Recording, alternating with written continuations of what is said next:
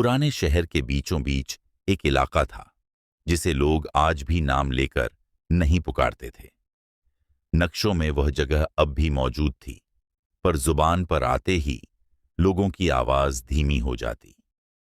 उसी इलाके में खड़ा था एक जर्जर सा हवेली नुमा मकान, जिसे सब कोठे वाली हसीना की हवेली कहते थे। दिन में वह इमारत बस एक खंडहर लगती थी। उखड़ी हुई दीवारें, टूटी खिड़कियां और दरवाजे पर जमी काली कालिख।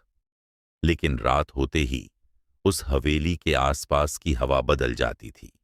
कुत्ते बिना वजह रोने लगते, पक्षी उस दिशा में उड़ने से बचते और राहगीर अनजाने में रास्ता बदल लेते। बुजुर्ग कहते थे कि बरसों पहले उस हवेली में एक हसीना रहा करती थी।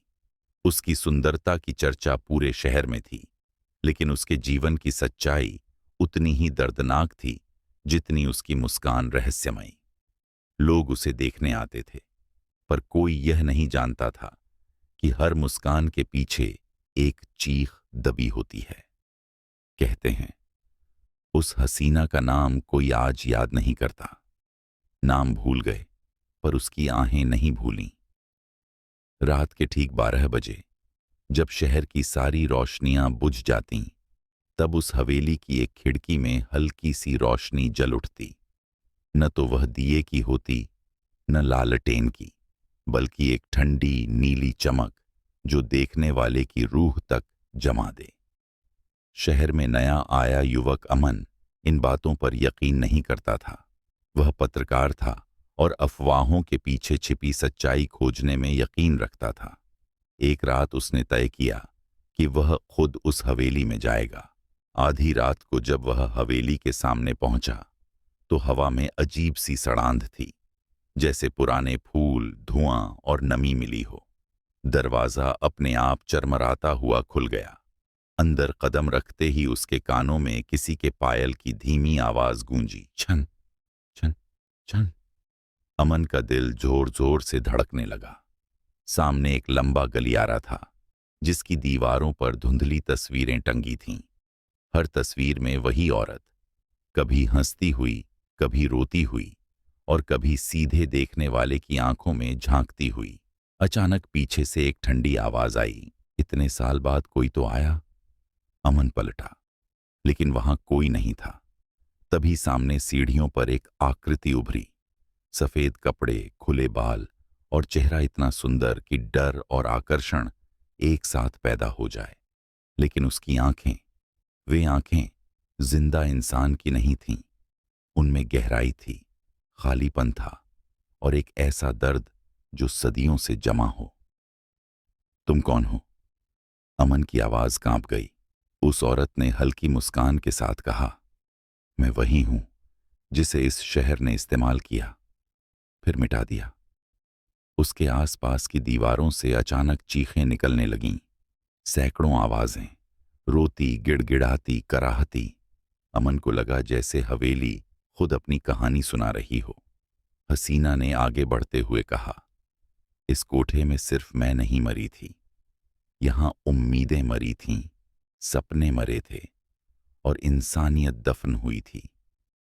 जैसे जैसे वह बोल रही थी, अमन को अलग अलग दृश्य दिखने लगे।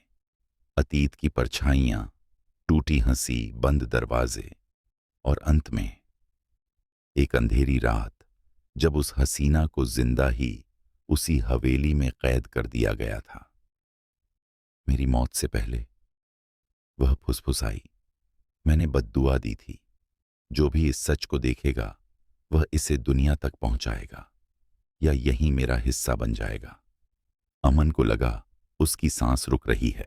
फर्श पर पायल अपने आप घूमने लगीं, दीवारों से खून सी धारें टपकने लगीं और दरवाजा जोर से बंद हो गया। सुबह जब लोग उस हवेली के पास पहुंचे, तो दरवाजा खुला था। अंदर अमन नहीं था, बस एक नई तस्वीर दीवार पर टंगी थी। एक युवक, हाथ में कैमरा, और पीछे खड़ी वही कोठे वाली हसीना, जिसकी आंखों में अब संतोष था। उस दिन के बाद से लोग कहते हैं, अगर आधी रात को हवेली के पास से गुजरोगे, तो पायल की आवाज के साथ एक और आवाज सुनाई देगी। सच देख लिया तो बच नहीं पाओगे। और आज भी उस हवेली की खिड़की में नीली रोशनी जलती है। अमन के गायब होने के बाद शहर में सन्नाटा नहीं बल्कि दहशत फैल गई। लोगों ने मान लिया कि वह भी उन्हीं लोगों में शामिल हो गया जिनके नाम अब सिर्फ हवेली की दीवारों पर फुसफुसाहट बनकर रह गए थे। लेकिन असली डर तब शुरू हुआ जब अमन के मोबाइल से एक मैसेज उसके एडिटर को मिला। मैं जिंदा हूं, पर यहां से बाहर नहीं हूं। मैसेज के साथ एक ऑडियो भी था। ऑडियो चलाते ही पहले पायल की आवाज आई, फिर किसी औरत की धीमी हंसी और अंत में अमन की टूटी हुई आवाज। अगर तुम यह सुन रहे हो तो हवेली में मत आना, वो अब अकेली नहीं है। अगली ही रात शहर में अजीब घटनाएं होने लगीं। जिन लोगों ने कभी उस कोठे वाली हसीना के बारे में मजाक उड़ाया था या उसके अस्तित्व को झूठ कहा था, उन्हीं के घरों में आधी रात को पायल की आवाज आने लगी। एक बुजुर्ग ने बताया कि उसने सपने में एक औरत को देखा, सफेद साड़ी में, बाल बिखरे हुए और आंखों से काला पानी बह रहा था। वह औरत उसके कान में बस एक ही बात कह रही थी, सच दबाया था, अब भुगतो। धीरे धीरे सच सामने आने लगा। शहर के पुराने रजिस्टरों में एक बंद फाइल मिली। उसमें लिखा था कि बरसों पहले उस हवेली में सिर्फ एक कोठा नहीं था, बल्कि वहां लड़कियों को जबरन कैद किया जाता था। जो विरोध करतीं उन्हें उसी हवेली के तहखाने में दफना दिया जाता। और हसीना, जिस रात उसे मारा गया, उसने मरने से पहले दीवारों पर अपने खून से कुछ निशान बनाए थे। वही निशान अब रात में चमकते थे। तीसरी रात अमन की आवाज फिर सुनाई दी, इस बार हवेली के अंदर से। कुछ लोग हिम्मत करके वहां पहुंचे। दरवाजा खुलते ही उन्हें ऐसा लगा जैसे हवेली सांस ले रही हो। अंदर तस्वीरें बदल चुकी थीं। अब दीवारों पर सिर्फ हसीना नहीं थी, उसके पीछे कई चेहरे थे। मर्द, औरत, बच्चे, सबकी आंखें खाली। तहखाने से आवाज आई, अब सच पूरा होगा। वहां अमन खड़ा था, पर उसकी परछाई अलग दिशा में हिल रही थी। उसने कहा, मैंने उसकी कहानी दुनिया तक पहुंचानी चाहिए, पर उसने मुझे ही कहानी बना दिया। अचानक हसीना प्रकट हुई। इस बार उसका चेहरा सुंदर नहीं था। त्वचा फटी हुई, मुंह से काली धुआं निकलता हुआ और आंखों में आग। मैं बदला नहीं चाहती थी, उसने कहा, मैं याद चाहती थी। हवेली हिलने लगी। जो लोग अंदर थे बेहोश हो गए। सुबह जब लोग आए, हवेली गायब थी। उस जगह अब सिर्फ एक खाली मैदान था। लेकिन रात को आज भी उस मैदान के पास से गुजरने वाले कहते हैं, उन्हें पायल की आवाज आती है और एक धीमी फुसफुसाहट।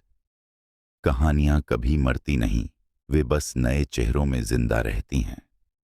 और कहते हैं, अगर आप यह कहानी पूरी देख चुके हैं तो आज रात आपके सपने में कोई न कोई आपको जरूर देखेगा। ऐसे ही मजेदार और रहस्यमयी कहानी देखने के लिए चैनल को सब्सक्राइब करें और वीडियो को लाइक करना न भूलें। धन्यवाद।